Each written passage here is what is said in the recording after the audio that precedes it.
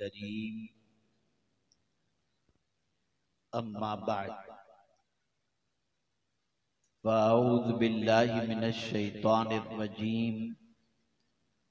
बिस्मिल्लाहिर रहमानिर रहीम। या अय्युहल्लज़ीना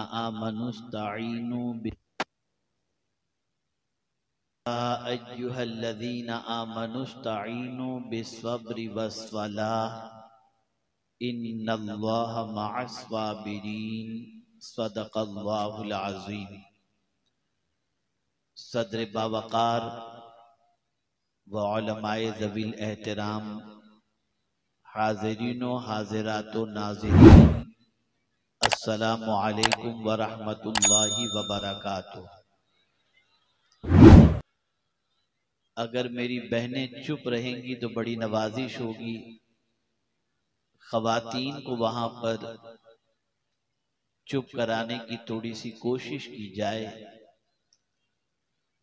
इसलिए कि उनकी आवाज और उनका शोरगुल ये जलसे के मामलात को खराब करता है। थोड़ी सी वो देर चुप रह जाएं ताकि कुछ बातें उनके काम की भी वो सुन सकें। मेरे प्यारे आका सल्लल्लाहु ताला अलैहि वसल्लम के प्यारे दीवानों, जिस आये करीमा की तिलावत का मैंने शर्फ हासिल किया, उससे मुताल्लिक कुछ मारूजात पेश करने से पहले आकाए करीम रऊफ़ुर रहीम अलैहि तहिय्यत व तस्लीम की बारगाह बेकस पनाह में जिस तरीके से मैं पढ़ाऊं, अकीदत व मोहब्बत में डूब कर उसी तरीके से दुरूद व सलाम का नजराना पेश करें। अस्सलातु वस्सलामु अलैका या रसूल अल्लाह, अस्सलातु वस्सलामु अलैका या हबीब अल्लाह, अस्सलातु वस्सलामु अलैका या नबी अल्लाह व अला आलिका व अस्हाबिका या नूर अल्लाह सल्लल्लाहु तआला अलैका व आलिहि वसल्लम। मेरे प्यारे आका सल्लल्लाहु तआला अलैहि वसल्लम के प्यारे दीवानों, आज हम और आप बारगाह इमाम आली मकाम रदी अल्लाहुल मौला तबारक व तआला अन्हु में खराज अकीदत पेश करने के लिए हाजिर हैं। वो इमाम आली मकाम जिनकी जिंदगी का एक एक लम्हा मोहब्बत इलाही और मोहब्बत रसूल सल्लल्लाहु अलैहि वसल्लम में गुजरा हो, वो इमाम आली मकाम जिन्होंने इस्लाम की आबियारी के लिए अपना सब कुछ लुटा दिया, वो इमाम हुसैन जिन्हें मदीने के ताजदार सल्लल्लाहु अलैहि वसल्लम ने नौजवानाने जन्नत का सरदार फरमाया, वो इमाम हुसैन जिनकी मोहब्बत का चिराग आज पूरी दुनिया में मुसलमानों के सीने में रोशन है, आज उसी इमाम की बारगाह में खराज अकीदत पेश करने के लिए हम हाजिर हैं। मैं चाहूँगा कि थोड़ी देर आप मुकम्मल तवज्जो के साथ गुफ्तगू को समाअत फरमाने की कोशिश करें। हो सकता है कि शायद कोई बात आपके दिल के नेहा खाने में उतर जाए और आप अपनी ज़िंदगी को अल्लाह अज़्ज़ व जल और उसके रसूल सल्लल्लाहु अलैहि वसल्लम की तालीमात के मुताबिक गुजारने की कोशिश करें। मैं उमूमी तौर पर ऐसे इलाकों में तारीख नहीं देता जहाँ पर हमारे बच्चों में, हमारे नौजवानों में और आने वालों के अंदर शोर शराबे का जहन हो और सुनने सुनाने का जहन न हो, मैं उसको अवॉइड करता हूँ। लेकिन फिर मेरे जहन के अंदर ये बात आनी शुरू हुई कि आखिर इन लोगों की इस्लाह होगी कैसे। अगर इनको ऐसे ही छोड़ दिया जाए तो ये तो संवर नहीं सकते। तो अब मैं कोशिश करता हूँ कि कभी इस किस्म के इलाके से भी दावत आए जहाँ पर इल्म के आइन से भी लोग वाकिफ नहीं और अलिफ बा तासा के अलिफ से भी लोग वाकिफ नहीं, जहाँ पर वुजू के फराइज तो बहुत दूर की बात इस्तिंजे के तरीके से वाकिफ नहीं है, वहां पर भी पहुंचकर अल्लाह अज़्ज़ व जल और उसके रसूल सल्लल्लाहु अलैहि वसल्लम के पैगाम को पहुंचाने की कोशिश की जाए। मैं जानता हूँ इतने बड़े मजमे के अंदर संजीदगी थोड़ी सी मुश्किल जरूर है, लेकिन अगर मेरी बहनें और मेरे भाई हजरात थोड़ी सी कोशिश करेंगे तो हो सकता है कि वो चुप रहना सारे लोगों के लिए अल्लाह और उसके रसूल की बात सुनने का सबब बन जाए, और किसी के दिलो दिमाग के अंदर अल्लाह और उसके रसूल का फरमान उतर जाए और वो अपनी जिंदगी को संवार दे, जिसका पूरा सहरा चुप रहने वाले और संजीदगी से सुनने वालों को अल्लाह अता फरमाएगा। आप देखें मेरे प्यारे आका सल्लल्लाहु ताला अलैहि वसल्लम के प्यारे दीवानों, इंसानी जिंदगी में हालात कभी अच्छे भी होते हैं, कभी खराब भी होते हैं। इंसान आजमाइशों के मरहले से गुजरता है, कभी राहत की जिंदगी होती है, कभी तकलीफ की जिंदगी होती है, कभी सुकून की जिंदगी होती है, कभी बेचैनी की जिंदगी होती है, कभी कामयाबी की जिंदगी होती है, कभी नाकामी की जिंदगी होती है। कदम कदम पर इंसान इम्तिहान की वादियों से गुजरता है। जब एक बच्चा बच्चे की हैसियत से होता है तो उसकी कैफियत जुदा होती है। एक बच्चा जब नौजवान बन जाता है तो उसके चैलेंजेस जुदा होते हैं। फिर वही नौजवान इंसान जब नौजवान बच्चा बिल्कुल पुख्ता इंसान की शक्ल में जब तैयार हो जाता है तो उसके चैलेंजेस जुदा होते हैं। आप देखते चले जाएं, इंसानी जिंदगी के अंदर मरहले आते रहते हैं और इम्तिहान से उसे गुजरना पड़ता है। लेकिन आप जरा देखें, तारीख में कोई ऐसा इम्तिहान आपको नहीं मिलेगा जो इम्तिहान करबला के इम्तिहान जैसा हो। इमाम हुसैन रदियल्लाहु मौला तबारक व तआला अन्हु जिस इम्तिहान की वादी से गुजर रहे थे, जरा आप सोचिए तो सही। वतन से दूर हैं, रिश्तेदारों से दूर हैं, और इसी के साथ साथ चंद रिश्तेदारों के अलावा बाकी सब जो है मदीने में छूटे हुए हैं, मानने वालों की तादाद दूर है। और ये सारी गरीबुल वतनी की जिंदगी आप करबला की सरजमीन पर गुजारते हुए नजर आ रहे हैं, वहां औकात अपने गुजारते नजर आ रहे हैं। और हैरत की बात तो ये है कि जिनके नाना का कलेमा लोग पढ़ते हैं, उसी नाना के नवासे को शहीद करने पर आमादा भी हैं। कितने ताज्जुब की बात है, कितनी हैरत की बात है, आप जरा सोचो। और फिर यहाँ पर 72 या 82 नुफूसे कुदसिया मौजूद हैं और वहां पर 22,000 का लश्कर जर्रार ताजा दम मौजूद है। यहाँ पानी पर पहरा बिठा दिया गया, वहां खाना पीना और सब कुछ चल रहा है। ऐसी सिचुएशन में करबला के ताजदार के पास वो कौन सी चीज थी जिसकी बुनियाद पर उन्होंने मुसीबतों का मुकाबला किया। आज आपको भी मुसीबतें आती हैं, आज हमें भी मुसीबतें आती हैं, आज आप भी तकलीफ की वादियों से गुजरते हैं, आज हम भी तकलीफ की वादियों से गुजरते हैं। कौन सा इंसान है जिसके साथ तकलीफ दा वाबस्ता न हो, लेकिन आज तकलीफ के मौके पर हमारी कैफियत क्या होती है। तवज्जो चाहूंगा, मेरे नौजवान बच्चों से पूछना चाहूंगा, जरा मुझे बताओ, थोड़ी सी तकलीफ आई कोई शराब पीने चला गया, थोड़ी सी तकलीफ आई कोई पिक्चर देखने बैठ गया, थोड़ी सी तकलीफ आई कोई नशा करना शुरू कर दिया, थोड़ी सी तकलीफ आई कोई ड्रग्स लेना शुरू कर दिया, थोड़ी सी तकलीफ आई कोई ज़िना करना शुरू कर दिया, थोड़ी सी तकलीफ आई कोई सिगरेट पीना शुरू कर दिया। आज अगर इंसान को तकलीफ आती है, तकलीफ गुनाह तकलीफ के मौके पर वो गुनाह के दरवाजे पर दस्तक देता है। लेकिन करबला जैसी तकलीफ तो किसी पर नहीं आई, लेकिन उसके बावजूद हम जब करबला के मैदान का जायजा लेते हैं तो आंख दंग रह जाती है। इतनी सख्त तकलीफ, इतना सख्त इम्तिहान, लेकिन उसके अंदर इमाम हुसैन रदियल्लाहु ताला अन्हु ने उस तकलीफ के मौके पर अगर आप देखें किस चीज को इख्तियार फरमाया, जिसकी बुनियाद पर इमाम हुसैन रदियल्लाहु ताला अन्हु साबित कदम भी रहे और मौला ने उन्हें कामयाबी भी अता फरमाई। कामयाबी किस एतबार से, आपके जहन में शायद ये बात आए कि इमाम तो शहीद हो गए, कामयाब किस वजह से। तो मैं आपको बताऊं, यजीद ने गर्दन नहीं मांगी थी, यजीद ने हाथ मांगा था। इमाम हुसैन ने गर्दन तो दे दी, हाथ नहीं दिया और बता दिया वो हाथ में कैसे दे सकता हूँ जिन हाथों को मदीने के ताजदार ने पकड़ा हो। अल्लाह अकबर।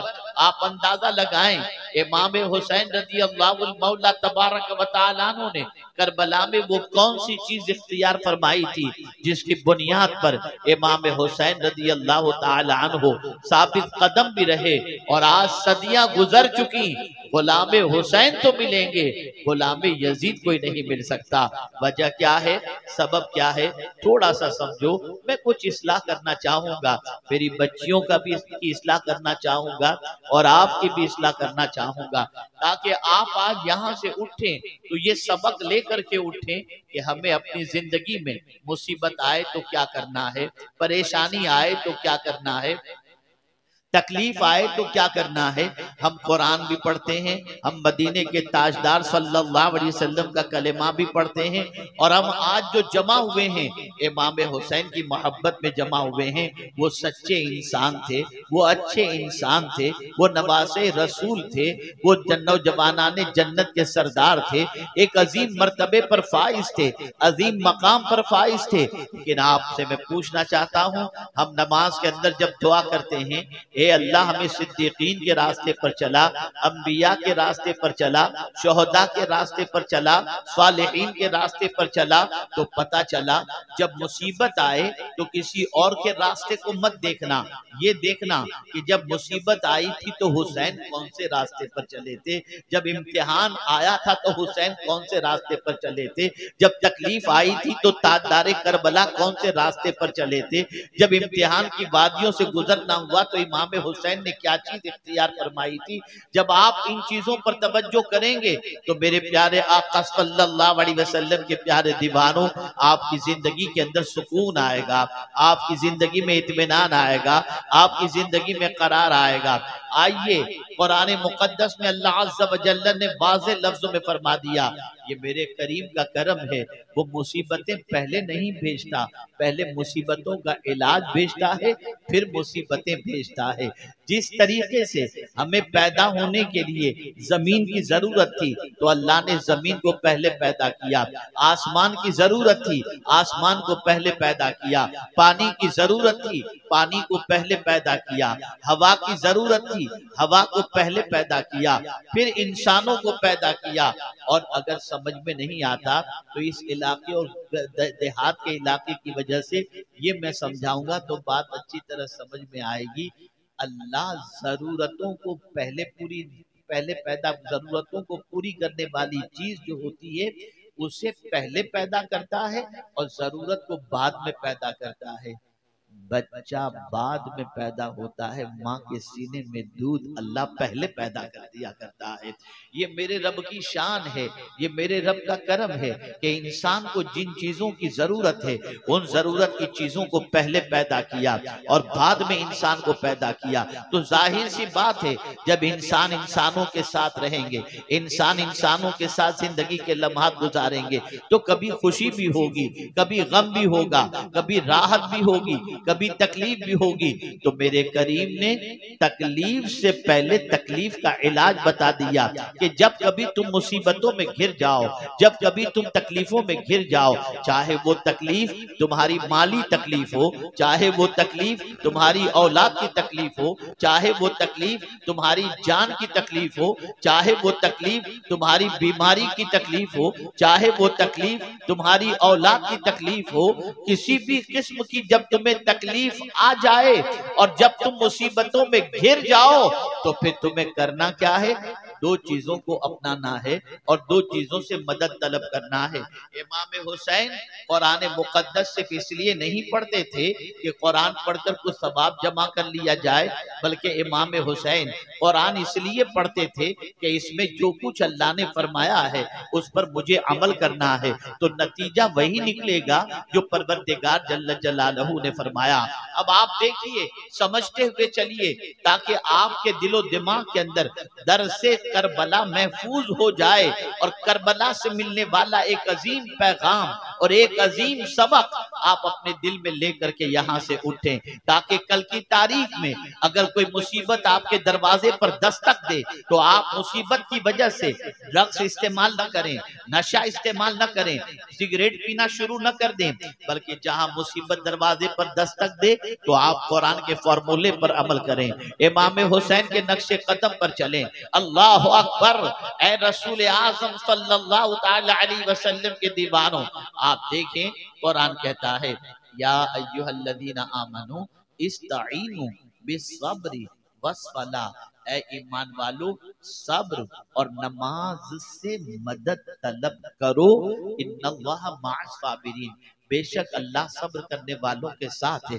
पता चला मुसीबत आए तो शोर मचाने से मुसीबत दूर नहीं होगी, तकलीफ आए शोर मचाने से तकलीफ दूर नहीं होगी, अगर कोई मर जाए तो उसके इंतकाल पर वावा वावेला मचाने से वो जिंदा नहीं हो जाएगा। तकलीफ आए तो सब्र करो, तकलीफ आए तो सब्र के दामन को थामे रखो और ये कहो मौला जिसमें तू राजी है उसमें मैं राजी हूँ, इसलिए कि तुम्हारे चाहे से मुसीबत दूर नहीं हो सकती, और अल्लाह चाहे तो हजार मुसीबतें हों अल्लाह उसे दूर फरमा देगा।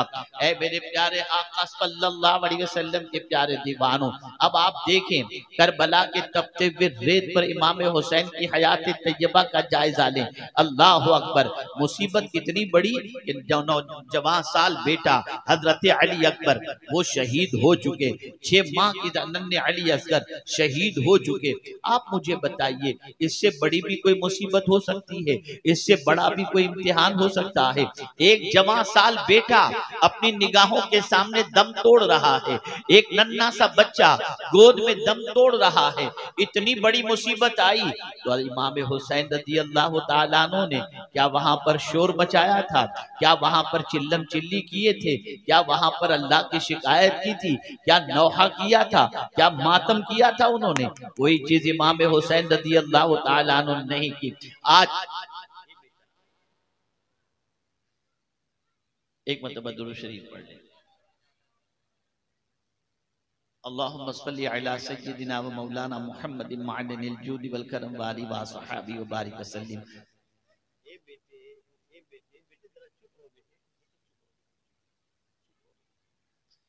आप जरा देखें, मैं एक सवाल आपसे पूछना चाहता हूं, एक बच्चे का इंतकाल अगर परदेश में हो जाता है तो माँ यहाँ पर पूरा आसमान सर पर उठा लेती है, इतना रोती है, इतना चिल्लाती है, इतने गलत अल्फाज इस्तेमाल करती है, इतने अपनी जबान से अल्लाह के खिलाफ लफ्जों के अल्फाज इस्तेमाल करती है कि जिसकी वजह से ऐसा लगता है जैसे वो बच्चा उसका ही बच्चा था, अल्लाह का बंदा नहीं था।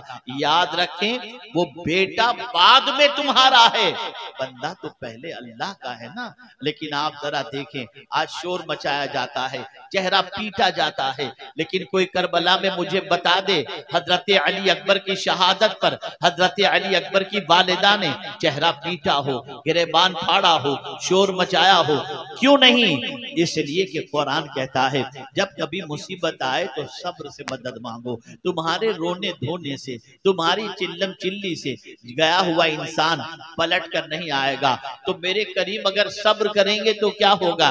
तो मेरा रब इरशाद फरमाता है और उसके प्यारे हबीब सल्लल्लाहु अलैहि वसल्लम फरमाते हैं जब किसी के घर से किसी अजीज का इंतकाल होता है, उसकी रूह परवास कर ली जाती है, तो परवरदिगार फरिश्ते को भेजता है, फरिश्ते जाओ मेरा बंदा उसके महबूब के छीन लेने की वजह से क्या कह रहा है। जब फरिश्ते पहुंचते हैं और घर वाले ये कहते हैं इन्ना लिल्लाहि व इन्ना इलैहि राजिऊन और उसके लिए मगफिरत की दुआ करते हैं, तो फरिश्ते पलट कर रब की बारगाह में हाजिर होते हैं, अर्ज करते हैं मौला वो तो तेरी तारीफ कर रहे थे, तेरा जिक्र कर रहे थे। फरिश्तों से मेरा मौला फौरन फरमाता है जन्नत में एक महल बनाओ जिसका नाम बैतुल हम्द रख दो, उस सब्र करने वाले को कल बरोज़ क़यामत को जन्नत का महल अता किया। ए रसूल आजम सल्लल्लाहु अलैहि वसल्लम के दीवानों, मैं जानता हूं सब्र आसान चीज नहीं है, सब्र बहुत डिफिकल्ट है, लेकिन मैं जो समझाना चाहता हूं, इसलिए कि आप में से बहुत सारों के बारे में मेरा गालिब गुमान है, बड़े शहरों में काम कर रहे होंगे, कुछ अच्छे काम कर रहे होंगे, कुछ दूसरे काम। बेटा तुम बैठ जाओ, बेटा बेटा बैठ जाओ। एक मतलब दुरूद शरीफ पढ़ लिया। अल्लाहुम्मा सल्ली अला सय्यिदिना व मौलाना मुहम्मदिन मअदनिल जूदि वल करम व आलिहि व सहाबी व बारिक वसल्लम। आप में से बहुत सारे ऐसे भी होंगे जो अपने बीवी बच्चों को यहाँ छोड़कर बड़े शहरों में काम के लिए जाते होंगे। बीवी यहाँ है, बच्चे यहाँ है, और आप किसी बड़े शहर में काम कर रहे हैं। रात को 2 बजे अल्लाह न करे कोई फोन आ गया, बीवी की तबीयत खराब है, माँ की तबीयत खराब है, आप आ गए टेंशन के अंदर। सेठ छुट्टी भी नहीं दे रहा कि आप जा सकें, अगर आप जाते हैं तो आपकी नौकरी चली जाएगी। अब आ गए आप टेंशन के अंदर, तो अब आप करेंगे क्या? जाएंगे फौरन बाहर, लाओ जरा शराब पी लें, लाओ जरा सिगरेट पी लें, लाओ जरा बुराइयां कर लें, लाओ जरा ड्रग्स इस्तेमाल कर लें, थोड़ा सा टेंशन रिलैक्स होगा। खुदा की कसम, ये टेंशन रिलैक्स का इलाज नहीं है। अगर ऐसी कैफियत आ जाए तो तुम्हें कुछ करने की जरूरत नहीं, वुजू करो, नमाज पढ़ो, अल्लाह तुम्हारी मुसीबत भी दूर कर देगा और तुम्हें सुकून की दौलत भी अता फरमा देगा। क्या करबला में इमाम हुसैन के घर वालों ने ये नहीं किया था? क्या करबला में ताजदार करबला ने ये नहीं किया था? कितनी बड़ी मुसीबत, पानी के कतरे कतरे के लिए उन लोगों को रोका जा रहा है। कितनी बड़ी मुसीबत, इमाम हुसैन रज़ी अल्लाह तआला अन्हु के बच्चे शहीद हो रहे हैं। कितनी बड़ी मुसीबत, 22,000 का लश्कर तेज तलवार के साथ सामने मौजूद है, लेकिन कुर्बान जाइए मेरे इमाम की अजमत पर कि वहां पर भी इमाम सजदा भी कर रहे हैं, तिलावत भी कर रहे हैं, सब्र के दामन को थामे हुए भी हैं और अपने मानने वालों को दर्द दे रहे हैं। ऐ मेरे मानने वालों, मैं तो गुनाहों से तुमको बचाने के लिए आया हूं और तुमको सीधा रास्ता दिखाने के लिए आया हूं। खबरदार कोई गलत रास्ता इख्तियार न करना। शराब पीना हुसैन का काम नहीं, यजीद का काम है। नमाज छोड़ना हुसैन का काम नहीं, यजीद का काम है। शराब पीने के साथ साथ बदकारी करना ये यजीद का काम है, हुसैन का काम नहीं है। झूठ बोलना यजीद का काम है, हुसैन का काम नहीं है। लेकिन जब इमाम हुसैन की मोहब्बत के दम भरने वालों को जब मैं देखता हूं तो ज़बान से कहते हैं इमाम हुसैन से मोहब्बत करते हैं और काम सारे यजीद वाले करते हुए नजर आते हैं। झूठ भी बोलेंगे, नमाज भी छोड़ेंगे, गुनाह भी करेंगे, बुराइयां भी करेंगे और कहेंगे हम हुसैन के मानने वाले हैं। नादानों, इसी गलत रास्ते से बचाने के लिए तो हुसैन ने अपना कुब्बा लौटा दिया ताकि हम भटकने से बच जाएं, हम बर्बाद होने से बच जाएं, हम गलत रास्ते से बच जाएं। अर्ज करने का मंशा ये है कि ऐ ईमान वालों, सब्र और नमाज से मदद तलब करो। सब्र बहुत ताकतवर चीज का नाम है। जिस किसी को अल्लाह सब्र की दौलत अता फरमा दे वो कमजोर नहीं होता, वो ताकतवर होता है। आइए मैं आपको समझाता हुआ चलूं। हजरत सुलेमान अलैहिस्सलातु व तस्लीम का वाकया है। एक शख्स ने उनके दौरे पाक में एक तोता खरीदा, जो तोता कलेमा पढ़ता था। उस तोते को तोते के मालिक ने कलेमा पढ़ना सिखा दिया। अब जब भी कोई घर आता तो वो तोता कलेमा पढ़ता, तो तोते के मालिक को भी खुशी होती, आने वाले को भी खुशी होती। सब कहते थे यार इसका तोता कितना अच्छा है जो कलेमा ही सुनाता रहता है। रोजाना की आदत, सुबह शाम तोता कलेमा पढ़ रहा है, हर आने वाले का इस्तकबाल कलेमे से कर रहा है। जब उससे कलेमा सुनते लोग बहुत खुश होते और साथ ही साथ उसकी तारीफ भी करते और उस घर वाले की भी तारीफ करते। एक दिन अचानक, तवज्जो चाहूंगा, एक दिन अचानक तोते का पिंजरा खुला रह गया। बिल्ली ने खुला हुआ पिंजरा देखा, तोते पर हमला किया और जैसे नहीं, सिचुएशन ये हुई कि तोते को उसने पाल के रखा था, तोता हमेशा कलेमा पढ़ता था, तोते को जो है उसने कलेमा सिखा दिया था। एक मर्तबा ऐसा हुआ कि बिल्ली ने देखा कि पिंजरा खुला हुआ है, तोते पर उसने हमला किया। जैसे ही तोते पर हमला किया तो तोते ने कलेमा पढ़ने की बजाय ची ची ची ची ची करना शुरू किया। तोते के मालिक को अफसोस हुआ, जिंदगी भर मैं इसे कलेमा सिखाता रहा, ये जिंदगी भर कलेमा पढ़ता रहा, लेकिन जब मरने का वक्त आया तो ची ची ची ची कर रहा है। एक बुजुर्ग के पास पहुंचा और जाकर के अर्ज करता है, हुजूर मैं परेशान हूँ। उन्होंने पूछा परेशानी की वजह क्या है? उस शख्स ने कहा, मैंने तोते को जिंदगी भर कलेमा सिखाया और मेरा तोता जिंदगी भर कलमा पढ़ता रहा, लेकिन मौत के वक्त उसकी ज़बान पर कलेमा नहीं था, वो ची ची कर रहा था। अब बुजुर्ग ने जो जवाब दिया, मैं चाहूंगा इसको आप दिलो दिमाग में महफूज कर लो। वो बुजुर्ग फरमाते हैं, बेटे जबान पर तो कलेमा था, उसके दिल में कलेमा उतरा नहीं था। आज हम ज़बान से कलेमा पढ़ रहे हैं, दिल में अल्लाह का कितना डर है। आज हम ज़बान से कह रहे हैं कि अल्लाह वहदहू ला शरीक है, लेकिन हम उसकी मानने को तैयार नहीं। अगर एक सवाल पूछूं तो सबके चिट्ठे खुल जाएंगे। मैं पूछना चाहता हूं, इतना बड़ा मजमा है, कितने लोगों ने आज 5 वक्त की नमाज अदा की?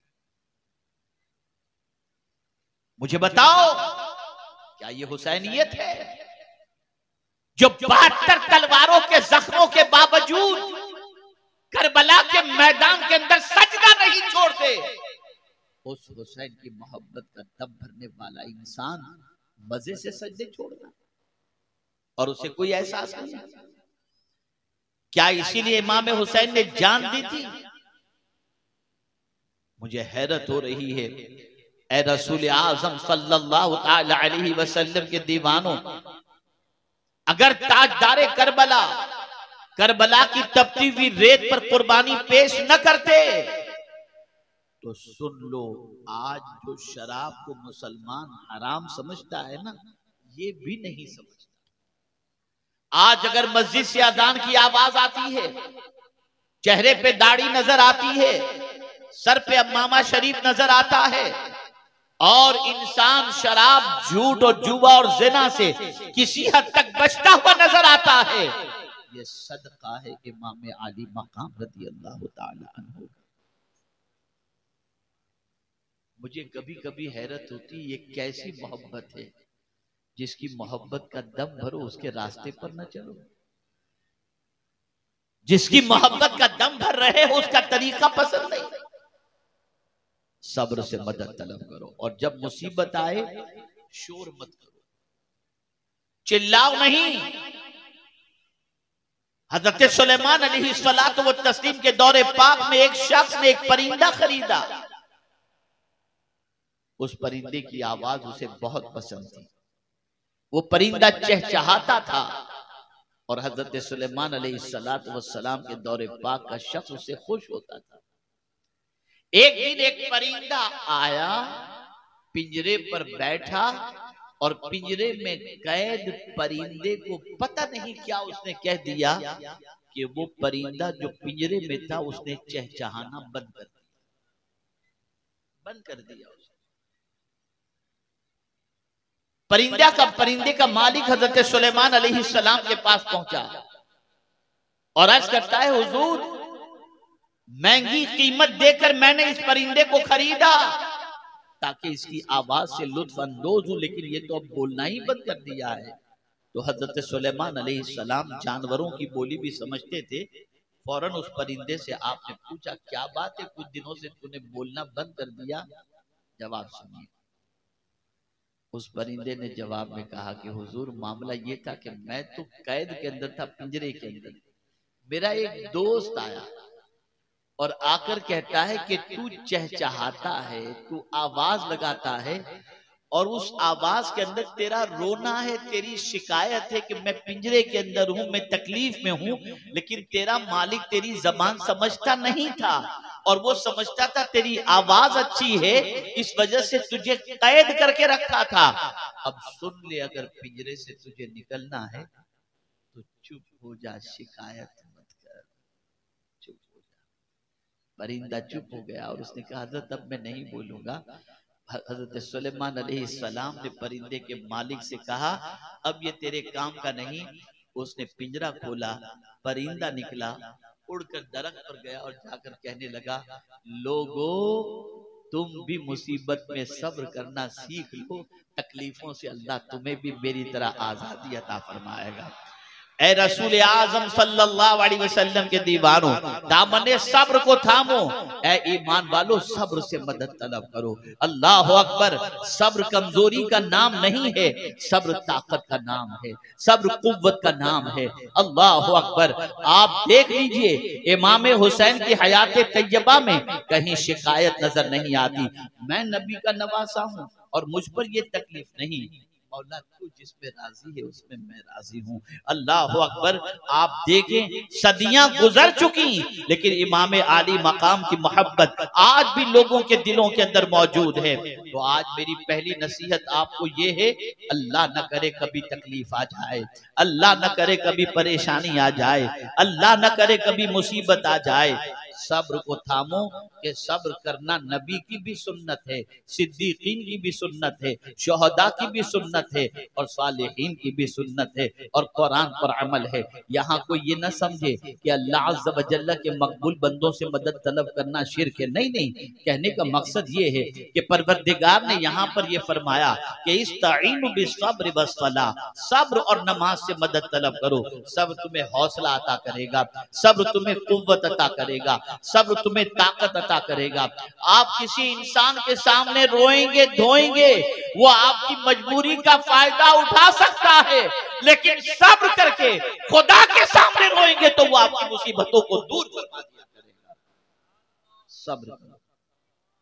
करबला में इमाम ने वावेला नहीं मचाया, नोहा नहीं किया, बल्कि हद तो ये है कि इमाम की शहादत पर भी इमाम की बीवी ने शोर नहीं मचाया, इमाम की बच्ची ने शोर नहीं मचाया, इमाम की बहन ने शोर नहीं मचाया।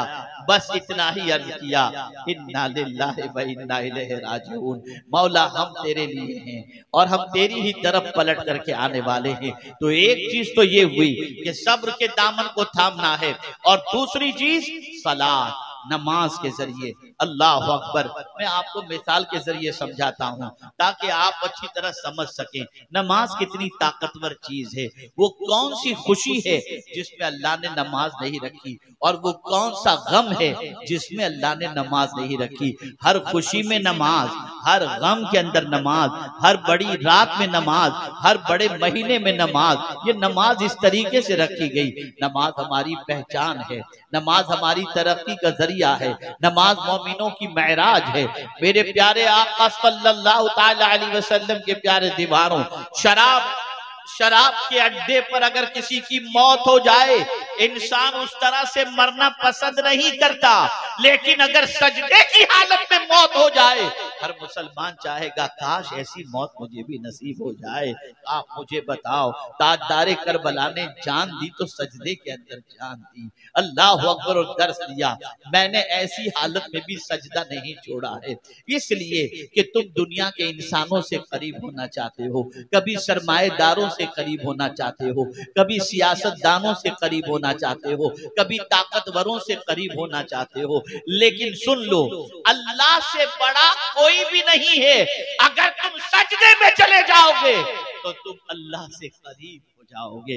अल्लाह अकबर। मेरी बहनें मौजूद हैं, बच्चियां मौजूद हैं, मैं उनसे पूछना चाहूंगा, ए मेरी कौम की बच्चियों, जरा तुम बताओ, इमाम हुसैन ने सजदे की तड़प कैसे पैदा हुई थी? इमाम हुसैन ने करबला के मैदान में अपनी जान सजदे की हालत में जो देने के लिए आपने आमाद की, बल्कि दे चुके, उसकी वजह क्या बनी थी? आखिर इतने सजदे की मोहब्बत। तो मेरी बहनों गौर से सुनो, इमाम हुसैन की जब आंख खुलती, अपनी माँ को मुसल्ले पर देखा करते थे। इमाम हुसैन की जब आंख खुलती, अपने वालिद को तिलावत करते देखा करते। मैं तुमसे पूछना चाहता हूँ, क्या तुम्हारी औलाद भी तुम्हें कभी नमाज पढ़ते देखती है?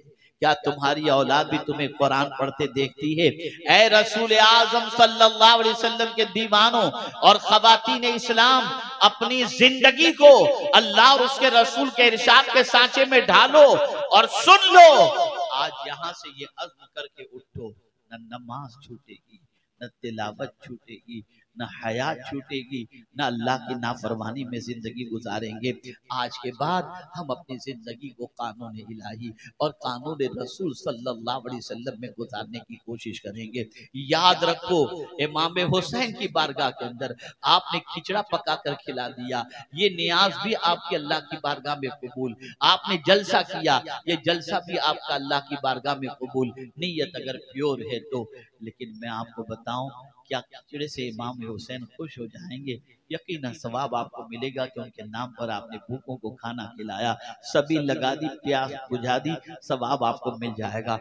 मैं जब तलाश करता हूँ, या अल्लाह मेरे इमाम किस चीज से खुश होंगे, मैं भी जान लूं ताकि मैं इमाम हुसैन रजी अल्लाह तआला अन्हु को खुश कर सकूं, तो जवाब मिलेगा, तू अगर नमाज का पाबंद हो गया तो हुसैन खुश हो जाएंगे। तूने गुनाह से रिश्ता तोड़ दिया तो हुसैन खुश हो जाएंगे कि मैंने तुझे यजीद के किरदार से बचाने के लिए सब कुछ लुटा दिया। तू मेरा वफादार है कि तू नमाज का पाबंद हो गया, तू मेरा वफादार है कि तू दाढ़ी का पाबंद हो गया, तू मेरा वफादार है कि मोहब्बत रसूल में जिंदगी गुजारने लगा। अगर ये कैफियत पैदा हो गई तो सुन लो, मेरे इमाम हुसैन उस वक्त तक जन्नत में कदम नहीं रखेंगे जब तक कि अपनी पैरवी करने वाले को अपने साथ लेकर चेंज करो। मैं अभी आपको इमाम हुसैन की करामतें भी बता सकता हूँ, उनकी शान में अल्लाह के रसूल के इरशादात भी बता सकता हूँ, लेकिन मैं सिर्फ ये समझाना चाहता हूँ, करबला से हमने सीखा क्या? जो कौम जमाने से इमाम हुसैन के सजदे में जान देने के वाक़े को सुनने के बाद भी सजदा करने के लिए तैयार न हो, उस कौम ने इमाम हुसैन की जिंदगी से क्या सबक सीखा?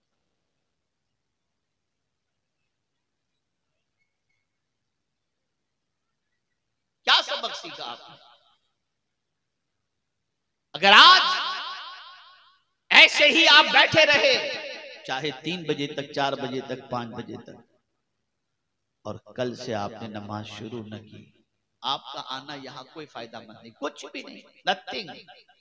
इसलिए कि कयामत में अल्लाह पूछेगा ही नहीं कि जलसे में गए थे कि नहीं गए थे। कयामत में अल्लाह पूछेगा नमाज पढ़े थे कि नहीं। और मैं तो अक्सर कहा करता हूं, जो खुदा का नहीं हुआ वो किसी और का क्या होगा। और जिसके पास अल्लाह के लिए टाइम नहीं, फिर उस इंसान की क्या कैफियत हो। बदलो अपनी जिंदगी, बदलो अपनी सोच को, बदलो अपने अफकारों नजरियात को, बदलो अपने ख्यालात को। आज के बाद से आपको कोई बेनमाजी न देखे, खुद भी नमाज पढ़ो, अपनी औलाद को भी नमाज का पाबंद बनाओ, अपनी बीवी को भी नमाज का पाबंद बनाओ। नमाज सीखो, इलाके के सुन्नी उलमा से सीखो, मशाइख से सीखो, ताकि आपकी जिंदगी सही तौर पर कानून इलाही और कानून रसूल सल्लल्लाहु अलैहि वसल्लम के मुताबिक गुजरने लग जाए।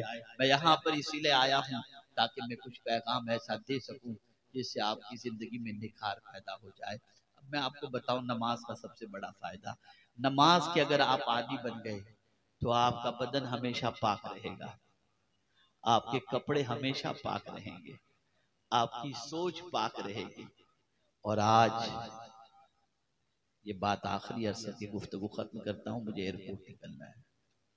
आज हमारी नौजवान नस्ल रात आते ही उन गंदगियों को देखने में अपनी आंखों को जाय कर रही है जिन गंदगियों के बाद जीना भी मुश्किल और मरना भी मुश्किल।